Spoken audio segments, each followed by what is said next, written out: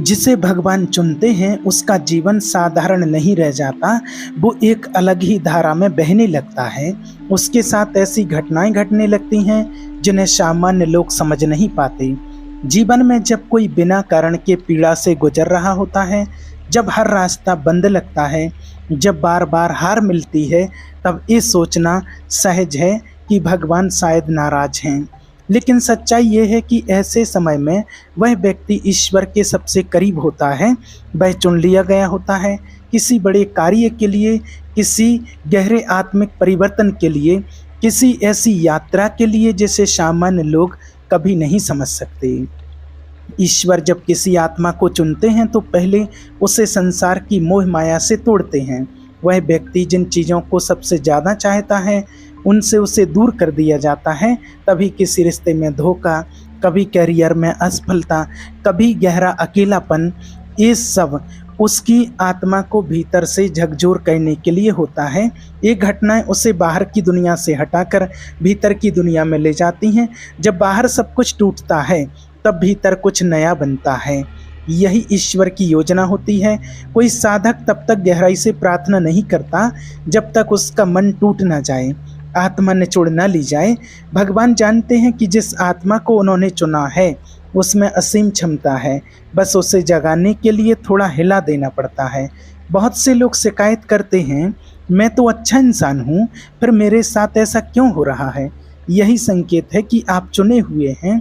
जिनसे ईश्वर प्रेम करते हैं उन्हें परीक्षा से गुजारते हैं, उनके जीवन को साधारण सुख सुविधाओं से नहीं भरते बल्कि ऐसे अनुभवों से भरते हैं जो आत्मा को विशाल बना दे। वह आत्मा दूसरों की पीड़ा को समझ सके, करुणा से भर सके और अंततः एक दिव्य मार्ग पर चल सके। ऐसे व्यक्ति को बार बार अस्वीकृति का सामना करना पड़ता है। समाज उसे समझ नहीं पाता है, परिवार उसे संदेह की दृष्टि से देखता है, मित्र दूर हो जाते हैं। लेकिन ये सब उसे भीतर की यात्रा पर ले जाने के लिए होता है। वह जानता है कि जो कुछ हो रहा है वह बाहरी तौर पर भले ही दुखद हो, पर अंदर से उसकी आत्मा में कुछ जाग रहा है। उसकी संवेदना गहराई ले रही है, उसका मौन अब शब्दों से ज़्यादा बोलने लगा है। ईश्वर जब किसी को चुनते हैं तो पहले उसकी अहंकार की दीवारें गिराते। वह व्यक्ति जिसने कभी खुद को शक्तिशाली समझा था वह अचानक खुद को असहाय महसूस करने लगता। ईश्वर की कृपा है, क्योंकि जब तक अहंकार नहीं टूटता आत्मा मुक्त नहीं होती। जब व्यक्ति रोते रोते कह उठता है, मैं कुछ नहीं जानता, अब तू ही रास्ता दिखा, तब भगवान मुस्कुराते हैं। यही वो क्षण होता है जब व्यक्ति ईश्वर के करीब होता है। अपने सबसे शुद्ध रूप में चुने हुए लोगों की यात्रा कठिन होती है, परंतु वह सुंदर होती है। उन्हें बार बार गिराया जाता है ताकि वे उठने की शक्ति को पहचान सकें। उन्हें बार बार अपमानित किया जाता है ताकि वे नम्रता की महिमा को जान सकें। उन्हें बार बार खोने दिया जाता है ताकि वे नम्रता की महिमा को जान सकें। वे जान सकें कि सच्चा धन क्या है, और एक दिन जब वे सब कुछ हार चुके होते हैं तभी उन्हें सच्चा आत्म साक्षात्कार होता है। ये संसार अक्सर उस व्यक्ति को गलत समझता है जिसे भगवान ने चुना होता है। वह साधारण ढंग से नहीं जीता, ना ही उसकी सोच सीमित होती है। वह अलग होता है, अलग सोचता है, अलग अनुभव करता है, और उसकी यही विशिष्टता समाज के लिए अजीब बन जाती है। लेकिन वो व्यक्ति परवाह नहीं करता, क्योंकि अब वो किसी दिशा में बह रहा होता है, आत्मा की दिशा में। भगवान जिसे चुनते हैं उसके जीवन में बहुत बार ऐसा होता है कि लोग उसे छोड़ देते हैं, ठुकरा देते हैं, लेकिन धीरे धीरे वह जान जाता है कि जब सबने छोड़ा तब ईश्वर ने पकड़ लिया। उसे अकेलेपन में ईश्वर का सानिध्य मिलने लगता है, एक मौन मित्र जो हर समय साथ है, बिना बोले, बिना शोर के, बस उपस्थिति में। वह आत्मा अब बाहर की चहल पहल में नहीं, भीतर के मौन में जीने लगती है। वह धीरे धीरे ये समझ जाती है कि दुनिया में कुछ भी स्थायी नहीं है सिवाय उस चेतना के जो हर पल उसका मार्गदर्शन कर रही है। जब व्यक्ति ये जान जाता है कि वह ईश्वर द्वारा चुना गया है तब उसके भीतर एक नई शक्ति जागती है। वो अब किसी से शिकायत नहीं करता, वो अब तकलीफ़ों को अपने शिक्षक की तरह देखता है। हर दुख में वो कोई संदेश ढूंढता है, हर असफलता में कोई संकेत और हर अकेलेपन में कोई अवसर। ये दृष्टिकोण उसे एक साधक बना देता है, एक ऐसा साधक जिसे अब जीवन की हर घटना में ईश्वर की योजना दिखाई देती है। ईश्वर जिन्हें चुनते हैं उन्हें कभी आराम की जिंदगी नहीं देते, क्योंकि वे उन्हें साधारण नहीं विशेष बनाना चाहते हैं। वे जानते हैं कि आराम में व्यक्ति नहीं जागता, संघर्ष में ही उसकी चेतना जागती है। इसलिए चुने हुए लोगों के जीवन में बार बार संघर्ष आता है, कभी आर्थिक तंगी, कभी स्वास्थ्य की समस्या, कभी रिश्तों की दरारें, परंतु वो आत्मा इन सब को पार करके अंततः एक शांत, स्थिर और दिव्य अवस्था को प्राप्त कर लेती है। जब हम पीछे मुड़कर अपने जीवन की घटनाओं को देखते हैं तो पाते हैं कि जो कुछ भी हुआ वो हमें किसी दिशा में ले जा रहा था, ईश्वर की ओर। एक दिव्य गणना है जिसमें कोई भी घटना व्यर्थ नहीं होती। ईश्वर जिन्हें चुनते हैं उनके जीवन की एक एक घटना योजनाबद्ध होती है। वह व्यक्ति कभी अकेला नहीं होता, उसे बार बार ईश्वर के संकेत मिलते हैं, कभी सपनों में, कभी किसी अजनबी की बातों में, कभी किसी किताब की पंक्ति में। उसकी आत्मा हर चीज में ईश्वर को पहचानने लगती है। ये भी सच है कि जब कोई व्यक्ति ईश्वर के द्वारा चुना जाता है तो उसकी परीक्षा गहरी होती है। कभी कभी वह वर्षों तक अंधेरे में चलता है, बिना किसी रोशनी के, बिना किसी स्पष्ट मार्गदर्शन के।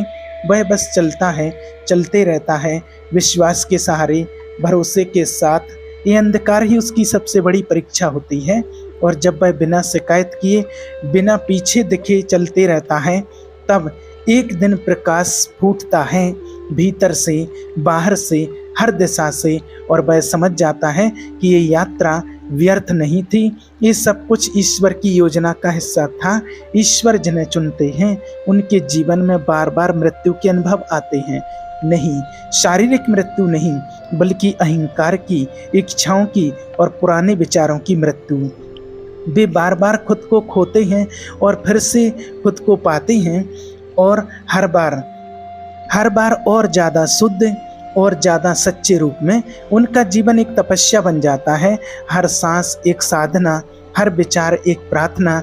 जो व्यक्ति इस सत्य को पहचान लेता है कि वह भगवान का चुना हुआ है, वह अब किसी से डरता नहीं। वह जानता है कि अब उसकी सुरक्षा ईश्वर के हाथ में है। वह किसी से नफरत नहीं करता, क्योंकि वो जानता है कि सब कुछ ईश्वर की योजना के अंतर्गत हो रहा है। उसे अब कोई दुश्मन नहीं लगता, क्योंकि वह जानता है कि हर व्यक्ति उसके जीवन में एक शिक्षक बनकर आया है। ईश्वर जिन्हें चुनते हैं उन्हें स्वयं पर काम करने का अवसर देते हैं। वह व्यक्ति धीरे धीरे अपनी वासनाओं पर नियंत्रित पाता है, अपने मन को साधता है और अंततः आत्मा की गहराइयों में प्रवेश करता है। उसे वह अनुभव होने लगता है जो शब्दों से परे है। एक मौन आनंद, एक गहन शांति, एक अटूट प्रेम। ये वही अनुभव है जिसके लिए आत्मा ने जन्म लिया था और जिसके लिए वह अब तक संघर्ष कर रही थी। और अंत में जब वह व्यक्ति पूर्ण रूप से आत्मसमर्पण कर देता है, अपनी इच्छाओं को, अपने सपनों को, अपने अहंकार को, तब ईश्वर उसके माध्यम से कार्य करना शुरू कर देते हैं। वह अब साधारण मनुष्य नहीं रहता, वह एक माध्यम बन जाता है ईश्वर की इच्छा को इस धरती पर प्रकट करने का। उसकी वाणी में अब ईश्वर बोलते हैं, उसके स्पर्श में अब प्रेम बहता है, उसकी उपस्थिति में अब लोग शांति महसूस करते हैं। ऐसे व्यक्ति को दुनिया भले ही संत कहे, गुरु कहे या साधु, लेकिन अब उसके भीतर बस एक ही भाव होता है, मैं कुछ नहीं, सब कुछ वही है। और यही विनम्रता उससे और ऊंचा उठाती है, उसे उस अवस्था में ले जाती है जहाँ से वो सबको एक जैसी दृष्टि से देखता है, प्रेम से, करुणा से और समर्पण से। इसलिए अगर आपके जीवन में संघर्ष हैं, अजीब अजीब घटनाएं हो रही हैं, आप बार बार टूट रहे हैं, तो घबराइए मत। हो सकता है आप ईश्वर के चुने हुए हैं, हो सकता है आपकी आत्मा अब जागने वाली है।